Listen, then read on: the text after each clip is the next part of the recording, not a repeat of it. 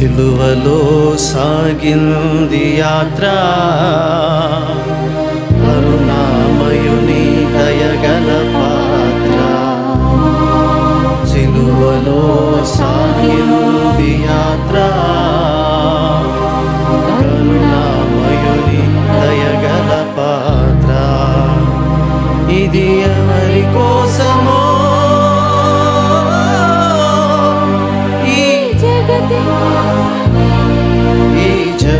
కోసమే సిలువలో సాగింది యాత్ర, కరుణామయుని దయగల పాత్ర. సిలువలో సాగింది యాత్ర, కరుణామయుని దయగల పాత్ర. పాలుగారు దేహము పైన పాపాత్ముల కొరడాలెన్నో, పాలుగారు దేహము పైన పాపాత్ముల కొరడాలెన్నో. నాట్యమాడినాయి నడివీధిలో నడిపాయి, నాట్యమాడినాయి నడివీధిలో నడిపాయి. నోరు తెరువలేదాయే ప్రేమ, బదులు పలుకలేదాయే ప్రేమ. నోరు తెరువలేదాయే ప్రేమ, బదులు పలుకలేదాయే ప్రేమ. ఇది ఎవరి కోసమో ఈ జగతి కోసమే, ఈ జనుల కోసమే. సిలువలో సాగింది యాత్ర, కరుణామయుని దయగల పాత్ర. సిలువలో సాగింది యాత్ర, కరుణామయుని దయగల పాత్ర. చెల్లుమని కొట్టింది ఒకరు, తన మోము పైన ఊసింది వేరొకరు. చెల్లుమని కొట్టింది ఒకరు, మోము పైన ఊసింది వేరొకరు. బంతులాడినారు బంతులాడినారు, వాదనలు పెట్టినారు. నోరు తెరువలేదాయే ప్రేమ, బదులు పలుకలేదాయే ప్రేమ. నోరు తెరువలేదాయే ప్రేమ, బదులు పలుకలేదాయే ప్రేమ. ఇది ఎవరి కోసమో ఈ జగతి కోసమే, ఈ జనుల కోసమే. సిలువలో సాగింది యాత్ర,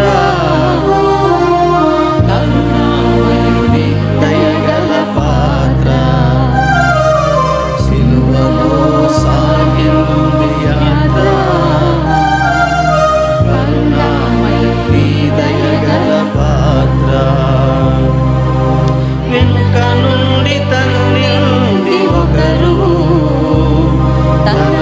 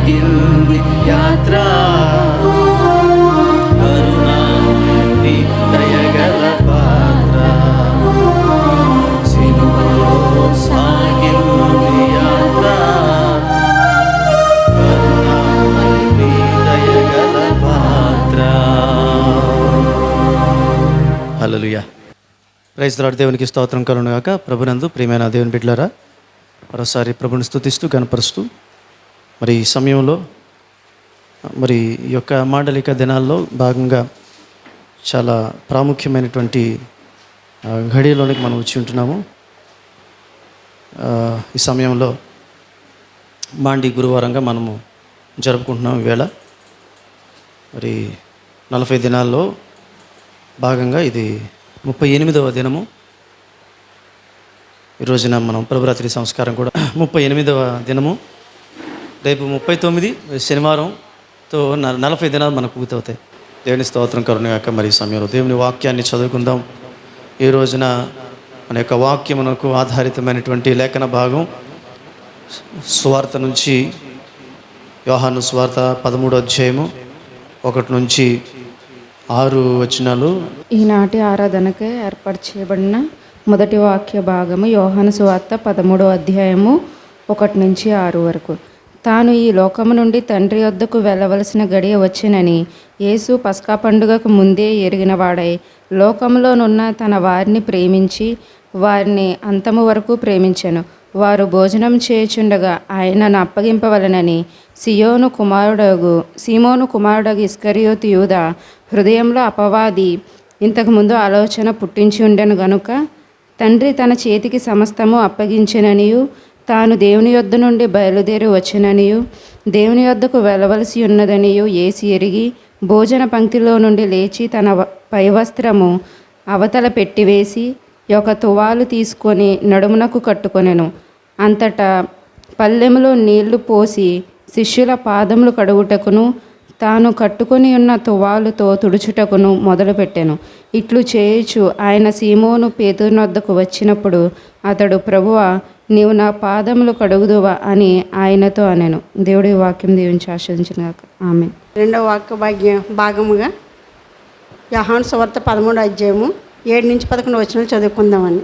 అందుకు యేసు, నేను చేయుచున్నది ఇప్పుడు నీకు తెలియదు కానీ ఇక మీదట తెలుసుకుందామని అతనితో చెప్పగా, పేతురు, నీవెన్నడూ నా పాదములు కడుగరాదని ఆయనతో అనెను. అందుకు యేసు, నేను నిన్ను కడుగని ఎడల నాతో నీకు పాలు లేదనెను. సీమోను పేతురు, ప్రభువా, నా పాదములు మాత్రమే గాక నా చేతులు నా తల కూడా కడుగమని ఆయనతో చెప్పాను. యేసు అతను చూసి, స్నానం చేసిన వాడు పాదములు తప్ప మరేమీ కడుగుకొనక్కర్లేదు, అతడు కేవలము పవిత్రుడయ్యను. మీరును పవిత్రులు కానీ మీలో అందరూ పవిత్రులు కారనెను. తన్ను అప్పగించువానిని ఎరిగిన గనుక మీలో అందరూ పవిత్రులు కారని ఆయన చెప్పాను. దేవుడు వాక్యం దీవించును. స్తోత్రం తండ్రి. నాయన గొప్ప దేవుడు, ఆశ్చర్యకరుడ, ఆలోచనకర్త, నిత్యుడగు తండ్రి, సమాధానకర్త, నీ నామానికి అనేకమైన వందనాలు తండ్రి. నాయన ఇట్టి రీతిలో మేమందరం కూడుకొని ఉన్నావయ్యా తండ్రి. నాయన ఇన్ని దినాలు మమ్మల్ని ఎంతగానో కాచి కాపాడేవయ్యా తండ్రి.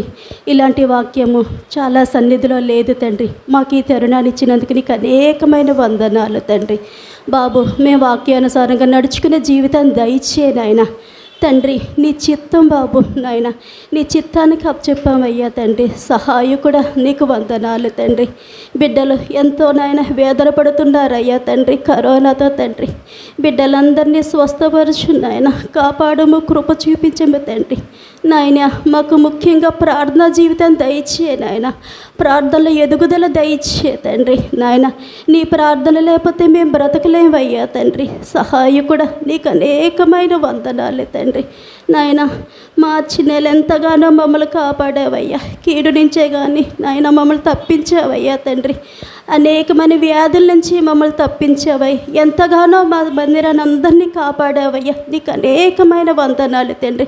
ఇదిగో తండ్రి, ఏప్రిల్ 1 నాయన 1 తారీఖులో అడుగు పెట్టామయ్యా తండ్రి. నీ చిత్తం బాబు, ఈ నెలంతయు నీ కాపుదల దయచే నాయన. ఏ కీడు మా సమీపం చేరకుండా దూరపరచండి నాయన తండ్రి. నాయన మా బిడ్డలందరినీ దీవించు నాయన, నీ శక్తితో నింపు తండ్రి. నాయన యవ్వన బిడ్డలు దీవించండి తండ్రి. నాయన చంటి బిడ్డలు ఉన్నారయ్యా, బిడ్డలు దీవించు నాయన. వృద్ధులు ఉన్నారయ్యా నాయన, దీవించు తండ్రి. నాయన మా పెద్దలను దీవించండి తండ్రి. సంఘ బిడ్డలందరినీ దీవించు నాయన. ఏసయ్య ఇదిగో తండ్రి నాయన, మరి నాయన నీ కృపలో మమ్మల్ని భద్రపరచుకో తండ్రి, కాచి కాపాడు తండ్రి నాయన. నీ కృపా సన్నిధి మాకు దయచే తండ్రి నాయన. నీకు అనేకమైన వందనాలు తండ్రి. మా పాస్టర్ గారిని, పాస్టమ్ గారిని ఎంతగానో తండ్రి నాయన మాకు వాక్యాన్ని విత్తారయ్యా. ఆ వాక్యం పట్ల మేము ఎంతోమంది మారాము తండ్రి నాయన. ఇంకా చాలామంది బిడ్డలు మారాలి తండ్రి, మార్పు రావాలి నాయన తండ్రి. మా పాస్టర్ గారు ఇంకా బలంగా వాడుకో తండ్రి నాయన. మా పాస్టమ్ గారు కూడా తండ్రి ఇచ్చిన బిడ్డలు ఇద్దరిని దీవించు బాబు, ఆయుష్ని ఆరోగ్యం దయచే తండ్రి నాయన. మా బిడ్డలందరినీ దీవించు, స్వస్థపరచు నాయన. ముఖ్యంగా యవ్వన బిడ్డల తండ్రి నాయన తొట్టిల్లిపోతున్నారయ్యా. శాతాడు చాలా ప్రేరేపిస్తున్నాడయ్యా మరి తండ్రి. అట్టి రీతిలో మా బిడ్డలు పడిపోకుండా నాయన నువ్వెంతగానో లేవనెత్తుతున్నావయ్యా తండ్రి. అందుకు నీకు వందనాలయ్యా, స్తోత్రాలు తండ్రి నాయన. ఏసయ్యా తండ్రి మా బిడ్డలందరినీ కాపాడు తండ్రి, నీ కృపలో బదలపరుచుకో తండ్రి.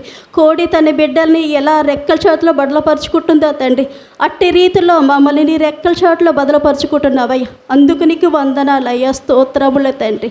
ఇదిగో నాయన ఇంతవరకు వాక్యంలో నాయన ఎంతగానో ఎదుగక తండ్రి, ఈరోజు జరగబోయే వాక్యంలో మీరుండండి తండ్రి. వాక్యాన్ని చక్కగా అర్థం చేసుకునే జ్ఞానాన్ని మాకు దయచే తండ్రి. నీ కృపానుసారంగా మీరు నడుచుకున్న భాగ్యాన్ని దయచేస్తారండి. నజరేయుడైన యేసుక్రీస్తు నామాన్ని అడిగి బ్రతిమలాడి ప్రార్థన చేయుచున్నాం తండ్రి, ఆమేన్. Praise the lord. దేవునికి స్తోత్రములు కలుగునుగాక. ప్రభునందు ప్రియులరా, మరొకసారి ప్రభుని స్తుతిస్తూ గణపరుస్తూ మరోసారి ప్రేమపూర్వక వందనాలు, ఈ యొక్క సాయంకాల శుభాలు మీకు తెలియజేసుకుంటున్నాను. మరి చాలా ప్రాముఖ్యమైనటువంటి దినముగా మనకి పూర్వీకుల నుంచి కూడా వస్తున్నటువంటి చక్కటి ఆరోగ్యవంతమైనటువంటి సాంప్రదాయం ఇమాండి గురువారం అనేటువంటి సాంప్రదాయం. ఈ రోజున మనమందరం కూడా ప్రభురాత్రి సంస్కారం ప్రత్యేకంగా మనం తీసుకోబోతుంటున్నాం. సంవత్సరం అంతట్లో 2 ఆదివారాలు ఉన్నట్లయితే మరి సంవత్సరంలో మనం నెలకి ఒక్కసారి మాత్రమే తీసుకునేటువంటి క్రమంలో 12 సార్లు మనం ప్రభురాత్రి సంస్కారం తీసుకుంటాం. వాటితో పాటుగా అత్యంత ప్రాముఖ్యంగా మరి మాండి గురువారాన్ని మనం పురస్కరించుకొని ప్రభురాత్రి సంస్కారం మనము తీసుకుంటాం. ఇది మనకు దేవుడిచ్చినటువంటి ఒక ధన్యత, బాధ్యత. గత సంవత్సరం మనకి ఈ యొక్క ఆధిక్యత లేదు. గత సంవత్సరం ఈ అవకాశం మనకు లేదు. మనకందరికీ తెలిసినటువంటి విషయమే. కరోనా కారణం చేత అందరం ఎంతగా ఇబ్బందులను ఎదుర్కొన్నామో మనకి తెలియందేమీ కాదు. మరి మాండి గురువారం మనం పాటించలేకపోయాము, కానీ ఈ సంవత్సరం మనకు దేవుడు తన కృప చూపించాడు. ఇంకా చాలా ప్రాంతాల్లో ఈ కరోనా వైరస్ యొక్క ప్రభావం చాలా ఎక్కువగానే ఉంది. పెద్ద పెద్ద సెలబ్రిటీస్ యొక్క అనారోగ్య బలహీనతల యొక్క బారిన పడుచున్నారు. అయితే దేవుని యొక్క అత్యంత మహా కృప, మరి మనము ఇన్ని రోజులు కూడా ఈ ఆరాధనలు విజయవంతంగా చేసుకోవడానికి దేవుడు తన అత్యంత కృపను మనకు చూపించడం మనం ఖచ్చితంగా నమ్మాలి. మన ఏరియాస్లో ఈ వైరస్ ప్రభావం ప్రస్తుతానికి తక్కువగా ఉంది. అంటే ఈ ఆరాధనలు ఈ సంవత్సరం ఎలాగైనా మన మందిరాల్లో జరగాలి అని దేవుడు సంకల్పించాడు. కాబట్టి ఆయన సంకల్పం చొప్పునది జరుగుతుంది. సరే, మరి ఈ సమయంలో కొద్దిసేపు నేను వాక్యమును అందించిన తర్వాత మనము ప్రభురాత్రి సంస్కారంలోనికి వెళ్తాము. దయచేసి తలలో ఉంచి కళ్ళు మూసుకున్నట్లయితే ప్రార్థన చేసుకుందాం. సర్వశక్తిమంతుడా, ప్రేమగల మా తండ్రి, మా ప్రియ యేసు ప్రభువా నాయన, పరిశుద్ధమైనటువంటి పాదములకు లెక్కలేని స్తోత్రాలు చెల్లిస్తుంటున్నాం తండ్రి. మరొకసారి నీ పాదాల చెంతకు వచ్చాము నాయన. 37 దినాలు విజయవంతంగా మా మీదుగా దాటించి 38వ దినము అత్యంత ప్రాముఖ్యమైనటువంటి దినము, గుడ్ ఫ్రైడేకి ముందు వచ్చేటువంటి ఒక మాండి గురువారం మేము పాటించడానికి మాకు ఇచ్చిన అవకాశం బట్టి లెక్కలేని స్తోత్రాలు చెల్లిస్తున్నాం. ఇన్ని రోజుల పాటుగా నాయన తన నాయన నీ దాసుని తదుపరి నాయన మరి ప్రియులను చక్కగా వాడుకున్నటువంటి విధానం చాలా గొప్పది స్వామి. మరి అత్యంత కీలకమైనటువంటి దశలో మేము ఉన్నాం కాబట్టి ఈ దశలో మాకు నీ సహాయం అవసరమైన ఆయన, నీ సహాయం మాకు అనుగ్రహించి ఈరోజు నాయన తండ్రి మాతో నీవు తప్పక మాట్లాడమని బ్రతిమలాడుతూ వేడుకుంటున్నాను. వచ్చిన బిడ్డలను బట్టి నీకు లెక్కలేని స్తోత్రాలు. ఇంకా రావలసిన బిడ్డలను సకాలంలో నీ సన్నిధానం నడిపించి నీవే సమస్త ఘనత మహిమ ప్రభావాలు పొందుకుని వేడుకుంచు. నజరేయుడగు యేసు అతి పరిశుద్ధ నామములో అతి మిక్కిలి వినయంతో ఈ ప్రార్థన వేడుకుంటున్నాం తండ్రి, ఆమేన్. దేవుని స్తోత్రం. దేవుని ప్రియబిడ్డలారా, మరి ఈ రోజున మన వాక్య భాగం మనకి రోట ప్రకారం మనకి ఇవ్వబడినటువంటి వాక్య భాగం యోహాను సువార్త 13వ అధ్యాయము 1 నుంచి 11 వచనాలు మనం చదువుగా విన్నాం. మరోసారి జ్ఞాపకం చేస్తున్నాడు. మాండి గురువారం. మాండి అనేటువంటి మాట మా ఇంగ్లీష్ పదం కాదు, మన తెలుగు పదం కాదు, హిందీ పదం కాదు, అది లాటిన్ పదం. అది మాండేటం అనేటువంటి లాటిన్ పదం నుంచి ఉత్పన్నమైనటువంటిది మాండి అనేటువంటి మాట. ఈ మాండి గురువారం నాడు చాలా ప్రాముఖ్యమైనటువంటి అంశం ఏమిటంటే, యేసుక్రీస్తు ప్రభువారు అందరికీ తెలిసినటువంటి విషయమే, తన శిష్యుల యొక్క మరి పాదాలు కడిగినటువంటి దినం ఇది. అది అత్యంత అద్భుతమైనటువంటి ఒక సంఘటనగా ఖచ్చితంగా మనం చెప్పుకోవచ్చు. ఈ యొక్క అంశం గురించి అంటే ఈ రోజున యేసుక్రీస్తు ప్రభువారు చివరి రాత్రి భోజనాన్ని కూడా అంటాం మనం. అంటే చివరిసారిగా శిష్యులతో కలిసి భోజనం చేసినటువంటి రాత్రిది. ఈ యొక్క ప్రభురాత్రి భోజనమును గురించి అనగా ప్రభు చివరి రాత్రి భోజనమును గురించి లూకా సువార్తికుడు, మత్తయి సువార్తికుడు, యోహాను సువార్తికుడు రాశారు. అయితే మరి యేసుక్రీస్తు ప్రభువారు తన శిష్యుల యొక్క పాదాలు కడిగాడు అనేటువంటి సందర్భాన్ని మాత్రం యోహాను సువార్తలో మాత్రమే మనకి కనబడుతుంది. యోహాను సువార్తికుడు మాత్రమే రాసినట్లుగా మనం చూస్తాం. దీని గురించి నేను ఆలోచన చేసినప్పుడు, ఎందుకు యోహాను సువార్తికుడే రాశాడు, మిగతా వాళ్ళు ఎందుకు రాయలేదు అని నేను ఆలోచన చేస్తే నాకు వచ్చినటువంటి ఆలోచన ఏంటంటే, బహుశా యేసు ప్రభు తన శిష్యుల పాదాలు పట్టుకున్నాడు అని మాట రాయడం వారికి ఏమాత్రం కూడా అది ఇబ్బందికరంగా ఉండి ఉండొచ్చు. సో పరిశుద్ధాత్ముడు కూడా దాన్ని బహుశా ధృవీకరించి ఉండొచ్చు. ఇక్కడ మిగతా శిష్యులు రాయకపోవడంలో దేవుని గురించిన చింతన ఉంది. యోహాను భక్తుడు రాయడంలో కూడా దేవుని చింతన కనబడుతుంది, దేవుని గురించిన చింతన కనబడుతుంది. వీళ్ళేమో అంత మహాదేవుడు మా పాదాలు పట్టుకున్నాడు అనేటువంటి రాయడం వారికి ఇబ్బందికరంగా ఉన్నది, అందులో భక్తి ఉంది. యోహాను సువార్తికుడు అంత గొప్ప కార్యం చేసినటువంటి యేసుక్రీస్తు ప్రభు వారి యొక్క కార్యాన్ని రాయకుండా ఎలా ఉండగలం అనే ఆలోచనతో బహుశా అంటే నాకు హోలీ స్పిరిట్ దేవుడు నాకు ఇచ్చినట్టు తలంపు మీతో పంచుకుంటున్నాడు అంతే, ఇది ఎలా రాయకుండా ఉంటాం అనే ఆలోచనతో బహుశా యోహాను సువార్తికుడు రాసి ఉండొచ్చు. సో ఇదైనప్పటికీ కూడా ఒకరు రాయడం అయినా ఒకరు రాయకపోవడం అయినా ఏదైనా సరే దేవుని యొక్క పరిశుద్ధాత్మ లేఖనం పరిశుద్ధాత్మ ఆ సహాయం వల్ల పుట్టిందని తిమోతికి రాసిన పత్రికలో పౌలు భక్తుడు తెలియజేస్తాడు. కాబట్టి ఏదైనప్పటికీ కూడా అది దేవుని యొక్క చిత్త ప్రకారం ప్రణాళిక ప్రకారం జరిగిందని ఖచ్చితంగా మనము నమ్మాలి. సరే, మరి మాండేటం అనేటువంటి మాట నుంచి మరి యొక్క మాండి చర్చ్ డే వచ్చింది, మాండి అనేటువంటి మాట వచ్చిందని మనం చెప్పుకుంటున్నాం. మరి ఈ మ్యాండేటం అనేటువంటి మాటకు అర్థం ఏంటి అసలు అంటే ఆజ్ఞ, కమాండ్. ఇంగ్లీష్లో కమాండ్ అంటాం, తెలుగులో ఆజ్ఞ అంటాం. కమాండ్, ద లాస్ట్ కమాండ్ అంటే న్యూ కమాండ్మెంట్. యేసుక్రీస్తు ప్రభువు లాస్ట్ టైం ఇచ్చినటువంటి న్యూ కమాండ్ అంటే నూతనమైనటువంటి ఆజ్ఞ. ఏమిటి ఆజ్ఞ? యోహాను సువార్త 13వ అధ్యాయము 34వ వచనాన్ని ఒకసారి చదువుదాం. యోహాను సువార్త 13:30. మీరు ఒకరినొకరు ప్రేమింపుకొను వలననిది మీకు కృతజ్ఞత ఇచ్చున్నాను, నేను మిమ్మల్ని ప్రేమించినట్లే మీరును ఒకరిని ఒకరు ప్రేమింపవలడు. That's it. Love each other, love one another. That is the new commandment I'm giving you at this moment అని యేసుక్రీస్తు ప్రభువారు మరి ఆనాటి మాండి గురువారం నాడు నూతనమైన ఆజ్ఞ ఇచ్చినట్లుగా మనము చూస్తాం. ఈ ఆజ్ఞ ఏంటి అంటే ఇది ఒక సగటు క్రైస్తవుడి యొక్క ఐడెంటిటీగా మనం చెప్పుకోవచ్చు. ఒక సగటు క్రైస్తవుడి యొక్క ఐడెంటిటీ. 13:35 వచ్చిన ఒకసారి చదువుదామండి ఒకసారి. తర్వాత తర్వాత లైన్ చదవండి అమ్మా.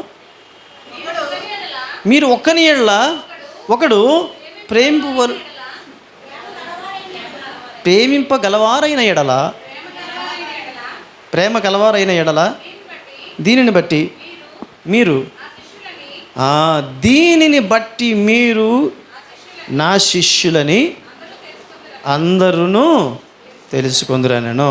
So it's a good identity for every Christian that every person will know that these people belongs to Christ because వీరు ఒకరినొకరు ప్రేమించుకుంటారు, ఒకరినొకరు గౌరవించుకుంటారు, ఇతరులను గౌరవిస్తారు, ఇతరులను ప్రేమిస్తారు, తమ వారు కాని వారిని ప్రేమిస్తారు, బద్దులు కావలసినటువంటి వారిని ప్రేమిస్తారు. కాబట్టి వీళ్ళకు ఒక ఐడెంటిటీ ఏంటి అంటే వీరు క్రైస్తవులు. సో మనకు ఒక ఐడెంటిటీ క్రైస్తవులుగా మనకు ఐడెంటిటీ ఏంటండి? శిష్యులకు ఒక ఐడెంటిటీ ఏంటంటే ప్రేమించేటువంటి వారు, ఒకరినొకరు ప్రేమించుకునేటువంటి వారు. That is the identity. శిష్యులు తర్వాత అంత్యోక్యలో మొట్టమొదట వీరు క్రైస్తవులు అనబడ్డారు. అక్కడి నుంచి కూడా మనందరం కూడా క్రైస్తవులు అనబడుతున్నాం అనేటువంటి విషయాన్ని మనం కొద్ది కాలంగా చెప్పుకుంటున్నాం. అంటే క్రైస్తవుడికి ఒక ఐడెంటిటీ ఏంటి అంటే మనము ప్రేమ కలిగినటువంటి వారం అన్నదే మనకు identity. As far as the word of God is concerned in John 13th chapter, ours identity is that we are loving each other. మనం ఒకరినొకరు ప్రేమించుకునేటువంటి వారముగా ఉంటున్నాం. అయితే ఒక మాట మిమ్మల్ని అడగాలని ఆశపడుతున్నాను. మరి కొత్త ఆజ్ఞ అంటున్నారు కదా, ఇది కొత్త ఆజ్ఞ అంటారా? ఇది కొత్త ఆజ్ఞగా మీకేమైనా అనిపిస్తుందా? Do you think that this is the new commandment? Have you ever heard about this commandment? ఎప్పుడైనా మీరు ఒక ఆజ్ఞ గురించి విన్నారా? ఒకసారి మీ నుంచే మాకు చెప్పాలి, మీరే నాకు చెప్పాలా. ఇది కొత్త ఆజ్ఞ, పాత ఆజ్ఞ? జస్ట్ స్మాల్ జనరల్ నాలెడ్జ్ అనమాట, రైట్? సో ఇది కొత్త ఆజ్ఞ ఏమీ కాదు. ఒక ధర్మశాస్త్రోపదేశకుడు ఆయన శోధిస్తూ ఒక మాట అడుగుతాడు. మత్తయి సువార్త 22:36-40 ఉన్న భాగాలు చదవక్కర్లేదు కదా, నేను జస్ట్ మీకు తెలియపడుతున్నాను. ఏంటంటే బోధకుడా, మరి ధర్మశాస్త్రంలో ఏది ముఖ్యమైన ఆజ్ఞ అనేటువంటి మాట అడుగుతాడు అతను, అంతేనమ్మా? ముఖ్యమైన ఆజ్ఞ ఏది అని అడుగుతాడు. అప్పుడు యేసుక్రీస్తు ప్రభువు చెప్తాడు, నీ దేవుడిని నువ్వు ప్రేమించాలి, పూర్ణ హృదయంతో ప్రేమించాలి, తర్వాత నిన్ను వల్ల నీ పొరుగు వారిని ప్రేమించాలంటున్నమాట. అంటే యేసుక్రీస్తు ప్రభువారు చెప్పినటువంటి మాట ఇదేమీ కొత్త మాట ఏమీ కాదు. ఇది యేసుక్రీస్తు ప్రభువారు ఇంతకుముందు చెప్తూ ఉన్నటువంటి మాట ఇది. తర్వాత ఇది ప్రవక్తల గ్రంథం అంటే ఓల్డ్ టెస్ట్మెంట్లో కూడా మనకు ఉన్నదే. అదే అక్కడ చెప్తాడు. ప్రవక్తలు కూడా దీనిని ఆచరించుకుంటూ వచ్చి ఉన్నారని చెప్తారు. ఒకసారి చదవండి మా మాట, పర్టికులర్ టర్మ్ ఉపయోగిస్తాడు అక్కడ. మత్తయి సువార్త 23వ 22వ 40 ఒకసారి చదవండి అమ్మా దయచేసి. 22:40 అమ్మా. ఈ రెండు ఆజ్ఞలు ధర్మశాస్త్రం అంతటికి ప్రవక్తలకు ఆధారమై ఉన్నవనియు అతనితో చెప్పాను. చాలమ్మా. ప్రవక్తలకు ఆధారమైనటువంటి వాక్యం ఇది. అనగా ప్రవక్తలు అనగా ఓల్డ్ టెస్ట్మెంట్కి సంబంధించినటువంటి వారు, పాత నిబంధనకు సంబంధించినటువంటి వారు, ప్రవక్తలందరికీ కూడా ఇది ఆధారితమై ఉన్నది. కానీ ఎప్పటి నుంచి ఉన్నటువంటి మాట ఇది, నిన్ను వాళ్ళని పొరుగు వారిని ప్రేమించుకోవాలనేటువంటి మాట యెహోవా దేవుని కాలం నుంచి, ఇశ్రాయేలును దేవాదేవుడు ఏర్పాటు చేసుకున్నటువంటి కాలం నుంచి కూడా ఈ మాట చెప్తూనే ఉన్నాడు. ఇది కొత్త ఆజ్ఞ కాదు. కానీ యేసుక్రీస్తు ప్రభువారు దీన్ని కొత్త ఆజ్ఞ అంటున్నారు. ఏంటి తారతమ్యము? ఇంతకుముందు చెప్పినటువంటి ప్రేమకు ఇప్పుడు ప్రేమకు ఉన్నటువంటి తేడా ఏమిటి అంటే, ఆజ్ఞ పాతదే కావచ్చు, కానీ ఇవ్వబడినటువంటి విధానము నూతనమైనటువంటి విధానంలో యేసుక్రీస్తు ప్రభువారు ఇచ్చారనమాట. ఏంటి నూతనమైనటువంటి విధానం అంటే, యేసుక్రీస్తు ప్రభువారు ఇంతకుముందు చేయనటువంటి దాన్ని అక్కడ చేసి చూపించాడు. అతను ప్రత్యేక విధానంలో అతను ఒక డెమాన్స్ట్రేషన్ చేసి చూపించాడు. నూతనముగా ఆయన చూపించాడు. ఏంటంటే ఆయన తనను తాను తగ్గించుకొని ఆయన యేసుక్రీస్తు ప్రభువారు తన యొక్క శిష్యుల యొక్క పాదములు కడిగినటువంటి సందర్భం. అంటే సర్వసాధారణంగా ఈ ట్రెడిషన్ ప్రకారంగా చూసినట్లయితే గొప్పవారు గృహాల్లో ఎవరైతే గెస్ట్స్గా వస్తారో, అతిథులుగా వస్తారో వారికి నీళ్లు, ఆ పాదముల దగ్గర నీళ్లు వేసి వారి యొక్క పాదములు కడిగి వారిని లోపలికి ఆహ్వానించడం అనేటువంటిది ఒక సాంప్రదాయం అప్పుడు. రైట్. తర్వాత ఈ సాంప్రదాయాన్ని కూడా ఎవరు పాటిస్తారు అంటే ఈ సాంప్రదాయాన్ని నిర్వహించేవారు పెద్దవారు అయితే దాన్ని జరిపేవారు ఎవరంటే వారికి ఉన్నటువంటి సేవకులు అన్నమాట. వారి సర్వెంట్స్ ఈ పని చేస్తారు. ఎవరైతే యజమానులు ఉంటారో ఆ యజమానులకు ఉన్నటువంటి సేవకులు ఆ వచ్చినటువంటి అతిథుల యొక్క పాదాలు కడుగుతారనమాట. సేవకులు in the sense not only the servants but also the slaves also. అంటే బానిసలుగా చేయబడినటువంటి వారు కూడా చేసేటువంటి పనులు ఇవి. అంటే యేసుక్రీస్తు ప్రభువారు ఆ సమయంలో ఎవరి రూపం దాల్చుకున్నారంటే అక్కడ ఒక సేవకుడి రూపం దాల్చుకున్నారు అక్కడ. తర్వాత అక్కడ ఒక బానిస రూపాన్ని దాల్చుకున్నాడు అని అంతగా దిగొచ్చాడు ఆయన. అందుకే పేతురు తట్టుకోలేక, ప్రభువా నీవు నా పాదములు పట్టుకొని రాదు, నా యొక్క కాళ్ళు కడగరాదు అంటాడు పేతురు. సో లవ్ వన్ అనదర్, ఒకరినొకరు ప్రేమించుకోండి అని చెప్పినటువంటి యేసుక్రీస్తు ప్రభువారు ఇంతకు ముందే చెప్తున్నారు అన్నమాట. అయితే ఈసారి చెప్పినటువంటి విధానం మాత్రం నూతనమైనటువంటి విధానం. నూతనమైన విధానం అంటే తగ్గించుకోవడంలో నిజమైనటువంటి ప్రేమ ఉంటుంది. తగ్గించుకునేటువంటి వారే నిజమైనటువంటి ప్రేమ చూపించగలుగుతారు. నిజమైనటువంటి ప్రేమ కలిగినటువంటి వారు ఖచ్చితంగా తగ్గించుకుంటారు అనేటువంటి దాన్ని యేసుక్రీస్తు ప్రభువారు ఒక డెమాన్స్ట్రేషన్ చేస్తూ ఆయన చూపించాడు. తగ్గింపుకి ప్రేమకి మంచి అవినాభావ సంబంధం ఉంది. నేను ప్రేమ కలిగిన వాడిని అని చెప్పుకున్నంత మాత్రాన్ని నేను ప్రేమ కలిగిన వాడిని కాదు, కానీ నేను ప్రేమ కలిగిన వాడిని చెప్పడానికి నాకు ఒక ఐడెంటిటీ ఉంటుంది. ఏమిటో తెలుసండి, అది నాలో ఒక తగ్గింపు గుణం ఉన్నప్పుడే నేను నాలో ప్రేమ ఉన్నదని నేను చెప్పగలుగుతాను. కాబట్టి చూడండి, ఎవరి ముందు తల వంచినటువంటి వాళ్ళు గమనించండి. అంటే ప్రేమకిని తగ్గింపుకుని ఉన్నటువంటి అవినాభావ సంబంధం గురించి ఒక మాట జ్ఞాపకం చేస్తున్నాను. ఎక్కడ తగ్గించుకునేటువంటి వారు, ఎవరికి బెండ్ అవ్వనటువంటి వారు, నేను ఎప్పుడు ఎవరి దగ్గర తల వంచను అని చెప్పుకునేటువంటి వారు కొన్నిసార్లు ఒక్కొక్కరి దగ్గర తల వంచుతారు. బాగా ఇష్టపడ్డారనుకున్న ఒక వ్యక్తిని ఆ వ్యక్తిని ఇష్టపడుతున్నాను చెప్పేటువంటి క్రమంలో ఆ వ్యక్తిని ఒప్పించడానికి లాస్ట్ ఎక్కడికి వెళ్తాడంటే పాదాల దగ్గరికి వెళ్తాడన్నమాట. మనకి పురాణాల నుంచి కూడా మనకి ప్రేమికుల యొక్క గాథలు తెలుసు మనకి కదా. అందులో జరిగినవి జరగనివి ఉన్నాయి. అందులో ఎంత తన యొక్క ప్రియంగా ప్రేమించినటువంటి ఆ వ్యక్తి కోసం ఈ వ్యక్తి ఎంతవరకు దిగుతాడు, ఆఖరికి తన పాదాల దగ్గర కూడా వస్తాడనమాట. కొంతమంది భర్తలు ఎక్కడి వరకు వెళ్తారు, తమ భార్యల పాదాల వరకు కూడా వెళ్ళిపోతారు. దానికి కారణం కొంతమందికి భయం. సో భయపడేటువంటి వారి గురించి మనం మాట్లాడాల్సిన అవసరం లేదు. కానీ కొంతమందికి కారణం ఏంటో తెలుసండి, వాళ్ళ యొక్క జీవితంలో ఎవరికి తల వంచకుండా ఎవరి పాదాలు పట్టుకోలేనటువంటి వారు తమ భార్య లేకపోతే ప్రియంగా ప్రేమించినటువంటి వారి యొక్క పాదాలు పట్టుకున్నారంటే దానికి కారణం, ఒక బలమైన కారణం ఏమిటో తెలుసండి, అంతగా ప్రేమించారని అర్థం. తగ్గింపుకి ప్రేమకి ఉన్నటువంటి అవినాభావ సంబంధం. ఖచ్చితంగా ఎంత ప్రేమిస్తున్నట్టు ఎంతకైనా తగ్గుతాడు అన్నమాట. సో కొన్నిసార్లు మనము మన పిల్లల ముందు తగ్గిపోతాం. గమనించారు ఎప్పుడైనా సరే? పిల్లలు అనుకుంటారు నా దెబ్బకు తట్టుకోలేక మా అమ్మ మా నాన్న తగ్గిపోయారు, మా అమ్మ నా నాన్న దిగిపోయారు అనుకుంటారు.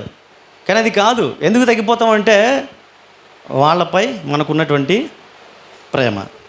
రైట్. మా నాన్నగారిని చాలాసార్లు నేను కొన్ని విషయాల్లో ఎదిరించేవాడిని. ఎదిరించినప్పుడు మా నాన్నగారు నవ్వుకునేటువంటి వారు, పెద్దగా పట్టించుకునేటువంటి వారు కాదు. అప్పుడు నేను అనుకునేవాడిని ఏంటంటే మా నాన్నగారు నాకు జడిసిపోయారు నేను అనుకునేవాడిని.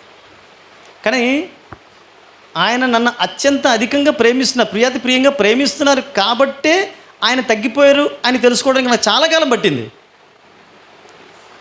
రైట్. కాబట్టి మన ప్రేమను ఎలాగా వ్యక్తపరచగలుగుతామంటే మనము ఒక వ్యక్తి దగ్గర మనం తగ్గామంటే మనం ఆ వ్యక్తిని ప్రేమిస్తున్నట్లే. కాబట్టి తగ్గింపు జీవితం చాలా అవసరమై ఉంటున్నది. యేసుక్రీస్తు ప్రభువారు ఆజ్ఞ ఇచ్చాడు. నూతనమైనటువంటి ఆజ్ఞ ఇచ్చాడు. అంటే నూతనమైనటువంటి విధానంలో ఇవ్వబడినటువంటి ఆ ఆజ్ఞ నూతనమైనటువంటిది అనమాట. అంటే కని విని ఎరిగినటువంటి ఒక అద్భుతమైనటువంటి అద్భుతమైనటువంటి దృశ్యాన్ని ఆనాడు శిష్యులు చూశారు, అనుభవించారు. సరికొత్త ఆజ్ఞ నేను మీకు ఇస్తున్నాను అని చెప్పినటువంటి యేసుక్రీస్తు ప్రభువారు ఆ ఆజ్ఞ సామాన్యమైనటువంటి ఆజ్ఞ కాదు. ఏమిటి ఆజ్ఞ అంటే ఏముందంటే 2 అక్షరాలు ఉంది, 2 అక్షరాల ప్రేమ, అంతే. 2 అక్షరాలు, మీరు ఒకరినొకరు ప్రేమించుకోవడం అనేటువంటిదే ఆ మాట. కానీ ఆ మాటలో చాలా పవర్ ఉంది. The word love it self having a great power with in it. చాలా గొప్ప పవర్ అందులో ఉంది. యాటమిక్ బాంబు పవర్ కంటే, న్యూక్లియర్ బాంబు పవర్ కంటే అత్యధికమైన పవర్ అందులో ఉంది. మదర్ తెరీసా గురించి మనకందరికీ బాగా తెలుసు. మదర్ తెరీసా గారు సేవ చేస్తున్నటువంటి దినాల్లో ఒక హైందవ సహోదరుడు, ఏమిట్రా ఈమె చేసేటువంటి గొప్ప సేవ, ఈమె గురించి ఏదో తేల్చాలి, ఈమె చేసేటువంటిది సేవ కాదు అని నిరూపించాలనేటువంటి ఆలోచనతో ఆమెని ఇంటర్వ్యూ చేయడానికి ఒక ఆయన వెళ్తే మదర్ తెరీసా గారు ఉన్నారని అడుగుతాడు. అడిగినప్పుడు అక్కడ ఉన్నటువంటి వారికి సంబంధించినటువంటి సహచరుడు, మదర్ తెరీసా గారు లోపల ఉన్నారండి, వస్తారు, కూర్చోండి అని చెప్తారు. చాలాసేపటి వరకు రాకపోతే, ఏమిటి ఇంత బిజీగా ఉంది, ఇవి చేస్తున్నటువంటి అంత గొప్ప ఘనకార్యం ఏమిటో అని చెప్పి ఇంకా ఓపిక పట్టలేక ఆయన ఆ తలుపు దగ్గరికి వెళ్తాడు. తలుపు దగ్గరికి వెళ్ళిన తర్వాత అతను తలుపు జస్ట్ తెరిచి చూసేసరికి నిశ్చేష్టుడైపోతాడు అనమాట. స్టన్ అయిపోతాడు. ఏంటంటే ఆమె బాగా రసి కారిపోతున్నటువంటి ఒక కుష్ఠరోగిని ఒళ్ళో పెట్టుకొని ఆ రసిని అంతటిని కూడా శుభ్రం చేస్తూ ఉంటుంది ఆమె. అసలు ఏం మాట్లాడలేకపోతాడు. ఏదో ఆమెని అవమానపరచాలి అనేటువంటి ఆలోచనతో వచ్చినటువంటి ఆయన ఏం మాట్లాడకుండా అలా తలుపు మూసేసుకొని ఆమె వచ్చే వరకు కూడా అలాగా వెయిట్ చేస్తాడు. అప్పుడు మదర్ తెరీసా బయటకు వస్తుంది. కొంతసేపు అయిన తర్వాత, నాయన ఏం కావాలి అంటే, అమ్మ మీతో వచ్చిన ఇంటర్వ్యూ తీసుకోవడం కోసం నేను వచ్చానమ్మా అని చెప్పిన తర్వాత అతను అడుగుతాడు, అమ్మా ఇది ఎలా సాధ్యం అని అడుగుతాడు. ఏంటి బాబు అంటే, మీరు ఆ రసికారుతున్నటువంటి ఆ కుష్ఠరోగు దగ్గరికి వెళ్ళడానికే మేము జుగుత్సాకరంగా మేము బాధపడతాం, అటువంటిది ఆ వ్యక్తిని ఒళ్ళో పెట్టుకుని మీరు అలాగ సేవ చేస్తున్నారే, ఇది ఎలా సాధ్యం అని అడిగితే మదర్ తెరీసా ఒక మాట చెప్తుంది, జీసస్ అంటుంది. ఒకటే మాట. జీసస్ అంటే ఏంటంటే,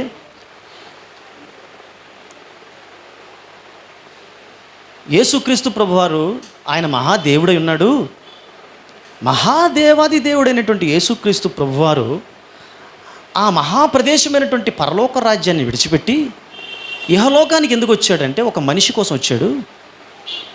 ఒక మనిషి కోసం వచ్చాడంటే ఆ మనిషి ఎంత విలువైన వాడు కాకపోతే ఆ మనిషి కోసము ఆ పరలోకాన్ని విడిచి ఆ దేవాది దేవుడు వస్తాడు అంటే, ఆయన దృష్టిలో మనిషి అంత విలువ కలిగినటువంటి వాడైతే మరి మన దృష్టిలో కూడా మనిషి విలువైన వాడు కావద్దా అనే ఆలోచనతోటే నేను ఈ మనుషులకి ఈ సేవ చేయగలుగుతున్నాను అని చెప్పేసరికి అతని నోటి వెంట మాట ఉండదు.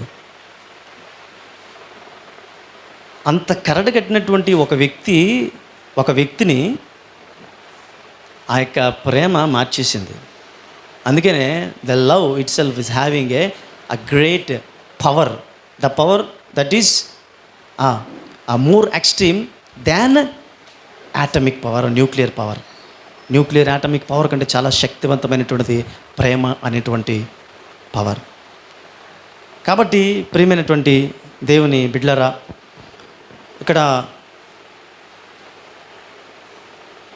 యేసుక్రీస్తు ప్రభువారు ఏమని చెప్తున్నారంటే, ఇంతకుముందు ధర్మశాస్త్రోపదేశకుడు అయినప్పుడు యేసు ప్రభువారు చెప్పింది, నీ దేవుడు నువ్వు ప్రేమించాలని చెప్తాడు.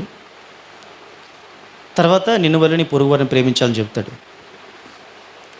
ఇప్పుడు యేసు ప్రభువారు ఏం చెప్తున్నారంటే, ఓన్లీ మీరు ఒకరిని ఒకరు ప్రేమించుకోండి అని మాట చెప్తున్నాడు అనమాట. ఎందుకు ఈ మాట చెప్పాల్సినటువంటి పరిస్థితి వచ్చింది?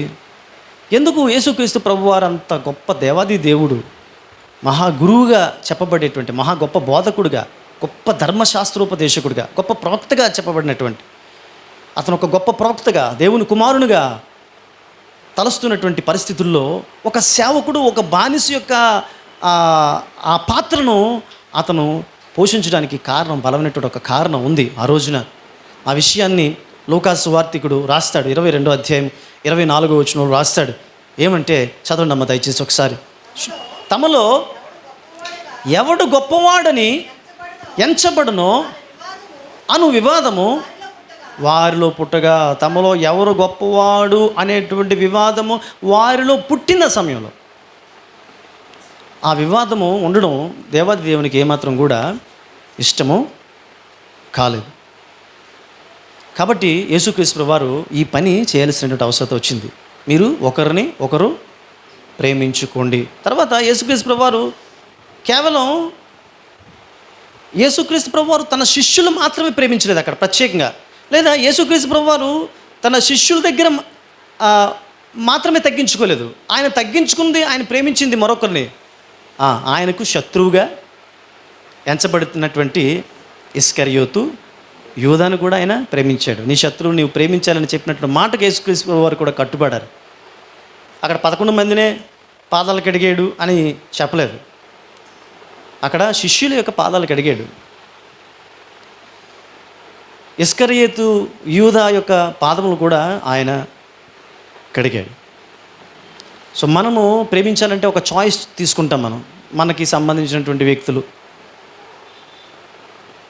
మనం బాగా ఇష్టపడేటువంటి అంతెందుకంటే మనకు ప్రత్యేకమైనటువంటి ఒక గ్రూప్స్ ఏర్పాటు చేసుకుందాం అన్నాం అనుకోండి, అక్కడే మనకు తెలిసిపోద్ది మన తాలూకా ఆలోచన. నాకు ఆ అమ్మాయి కావాలా, నాకు ఆ ఆంటీ కావాలా, నాకు ఆ అంకుల్ కావాలా, లేకపోతే నాకు పాస్టర్ గారు కావాలా. అవునా? దానికి కారణం ఏంటి? మనం ఎంచుకుంటాం. అంటే మనం ప్రేమించడానికి ప్రత్యేకమైనటువంటి వ్యక్తులను మనం ఎంచుకుంటాం. మనకు అన్ని విధాలు అనుకూలమైనటువంటి వాళ్ళని, మనతో బాగా స్నేహం చేసేటువంటి వారిని ప్రేమించాలని ఆలోచిద్దాం మనం ఉంటాం. కానీ ఇక్కడ మ్యాండేటమైనటువంటి ఆజ్ఞ ఇవ్వబడినటువంటిది అది కాదు. ఒక క్రైస్తవుడిగా నీవు ఎవరినైనా ప్రేమించవలసిందే. క్రిస్టియన్ ప్రతివాడిని ప్రేమించాలి. ఒక క్రిస్టియన్ ఎప్పుడూ ప్రేమించాలి. ఒక క్రిస్టియన్ ఎప్పుడూ క్షమించాలి. ఒక క్రిస్టియన్ శత్రువుని సైతము ప్రేమించాలి. ఇది మనకి ఇవ్వబడినటువంటి ఆజ్ఞ. శత్రువుని సైతం ప్రేమించినట్టు సామాన్య విషయం ఎంత మాత్రమో కాదు.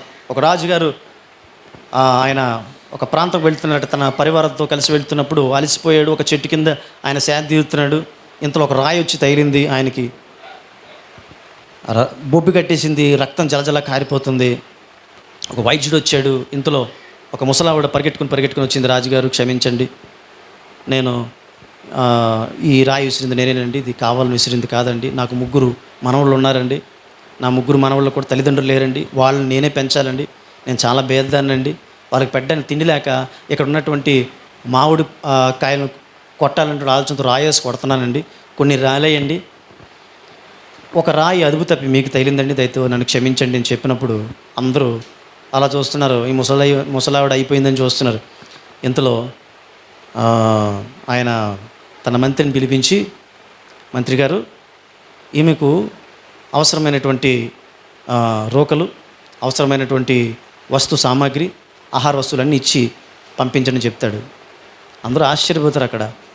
అప్పుడు వైద్యుడు అడుగుతాడు, రాజా, మీరేదో కఠినమైనటువంటి శిక్ష విధిస్తారని నేను అనుకున్నాను, మరి అలా కాకుండా మీరు ఈ నిర్ణయం తీసుకోవడంలో మీ యొక్క అంతరార్థం ఏమిటి అని అడిగినప్పుడు రాజుగారు అంటారు, మంత్రి గారు, నాకు ఈ రోజున ఒక చిన్న జ్ఞానోదయం అయిందండి. ఆవిడ అన్ని రాళ్ళు విసిరింది చెట్టుకి, అన్ని రాళ్ళు తగులుతున్నప్పుడు కూడా ఆ చెట్టు అది ఫలం ఇవ్వడం మానలేదు. అలాంటిది నాకు రాయి తగిలినప్పుడు నేను మంచి చేయడాన్ని ఎందుకండి మానాలి అనే ఆలోచన రాజు తెలియపరుస్తాడు.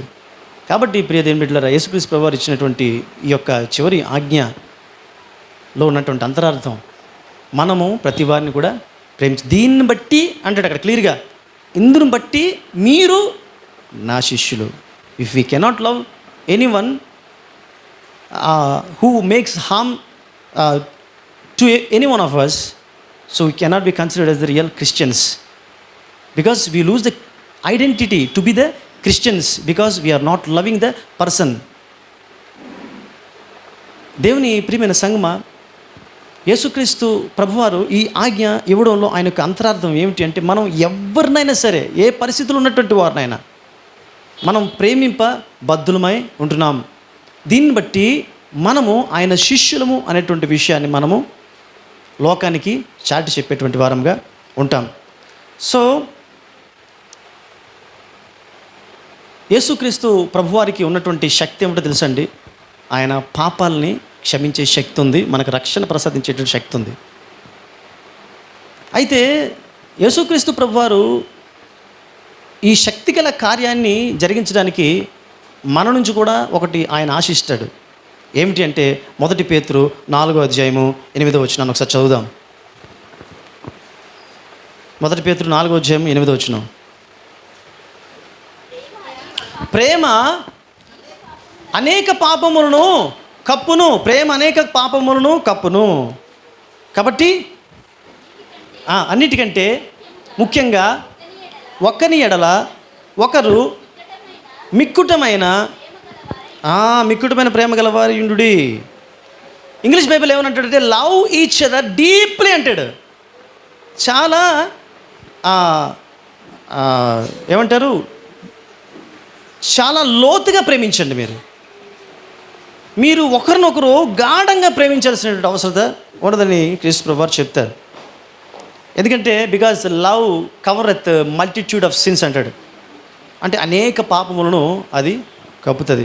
ఈ రోజున యేసుక్రీస్తు ప్రభువారు మన పాపములను క్షమించడానికి ఆయన ఎంత శక్తిమంతుడై ఉన్నాడో, అంత శక్తిమంతుడైన దేవుడు మన పాపాలను క్షమించడానికి మనకి ఒక శక్తివంతమైన సాధన ఇచ్చాడు. ఏమిటో తెలుసండి, అది love. Because love covereth all the sins and multitudes of sins అని వాక్యం సెలవిస్తూ ఉంది. మనము ఎవరి పాపములైతే క్షమిస్తామో మనము దేవుని చేత క్షమించబడతాం. మనలో ఉన్నటువంటి అనేక పాపములు క్షమించబడతాయని ఈ యొక్క వాక్యం ద్వారా మనము తెలుసుకుంటున్నాం. కాబట్టి ప్రియా దేవుని సంగమా, ప్రేమ అనేటువంటి మాట, మౌండేట్ అనేటువంటి మాటకు అర్థం ప్రేమ. మౌండేట్ అనేటువంటి మాటకు అర్థం ఆజ్ఞ. ఏమిటి యేసుక్రీస్తు ప్రభువు వారు ఇచ్చినటువంటి ఆజ్ఞ అంటే మీరు ఒకరినొకరు ప్రేమించుకోండి. మీరు ఒకరినొకరు ప్రేమించుకోండి అని చెప్పినటువంటి ఆ మాటలో ఉన్నటువంటి అంతరార్థం ఏంటంటే మీరు ఒకరి పట్ల ఒకరు తగ్గించుకునేటువంటి మనస్తత్వం కలిగి ఉండాలి. అనగా మీరు ఒకరినొకరు గొప్పవారుగా ఎంచుకునేటువంటి మనస్తత్వం కలిగిన వారుగా ఉండాలనేటువంటి యేసుక్రీస్తు ప్రభువు వారు చెప్పినటువంటి బోధ. కాబట్టి ఈ రోజున ప్రార్థన చేసుకుందాం. దయతో తలల వంచి కళ్ళు మూసుకునండి. మొక్కలు వేయగలిగేటువంటి వారు మొక్కలు వేయండి. ప్రేమ అనేటువంటి ఈ మాట అది సామాన్యమైనటువంటి పదంగా కనబడుతుంది మనకి. అందుకని ఈ మాట వింటున్నప్పుడే అది సామాన్యమైనటువంటి పదంగా మనకు తోస్తుంది, కానీ ఇది చాలా శక్తివంతమైనటువంటి మాట. లోగడ యేసుక్రీస్తు ప్రభువు వారు చెప్పినటువంటి ఈ మాటకు ఇప్పుడు చెప్పినట్టు మాటకి ఉన్నటువంటి ఒక తారతమ్యం ఏంటంటే, యేసుక్రీస్తు ప్రభువు వారు స్వయంగా ఏ విధంగా ప్రేమించాలి అని చెప్పే క్రమంలో తనను తను తగ్గించుకొని ఆయన ఒక దాసుని రూపాన్ని ఆయన దాల్చుకొని తన యొక్క శిష్యులు పాదములు పట్టుకొని వారి యొక్క పాదాలు కడిగాడు. సో మన ప్రేమలో ఖచ్చితంగా సత్యము ఎప్పుడు గోచరిస్తుందంటే, ఎప్పుడైతే మనం తగ్గింపు మనస్తత్వం కలిగినటువంటి వారం ఉంటామో అప్పుడే నిజమైనటువంటి ప్రేమ కలిగినటువంటి వారంగా ఉంటామనేటువంటిది దేవుని యొక్క ఉద్దేశం. ఈ రోజున తగ్గింపు లేనటువంటి స్థితిలో ఉన్నటువంటి వారు ఎవరు కూడా నిజంగా ప్రేమించలేరు.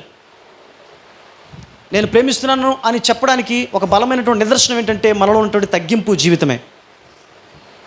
ఎంత తగ్గించుకోవాలి అంటే యేసుక్రీస్తు ప్రభువారు తన శిష్యుల యొక్క పాదములు కడిగినంతగా మనం తగ్గించుకోవాలి అనేటువంటిది ఈ యొక్క మౌండేటం, ఈ యొక్క మాండే గురువారం యొక్క ఉద్దేశం.